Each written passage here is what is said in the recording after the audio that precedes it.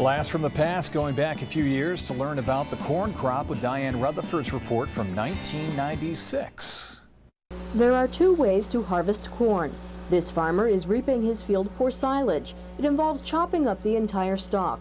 The crop needs to be cut before the first frost, otherwise it will be too dry to go into the silo. If the silage is too dry, it'll spoil, and that would be costly for the farmer who needs tons of the high fiber material to feed his livestock. Cows need a certain amount of fiber just to fill up their stomach. Cow will consume about 3% of her body weight per day in just fiber.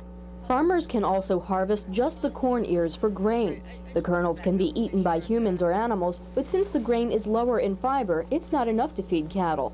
Nationwide, the price of grain is at an all-time high, so local farmers would like to reap their fields for grain.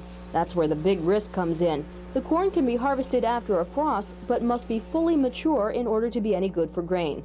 Because many cornfields were planted late this spring, much of the crop has yet to fully develop. I do have some other fields that were planted later that I would like to harvest for grain, and that way will be a challenge. If they wait too long to harvest their corn, it will be no good for silage.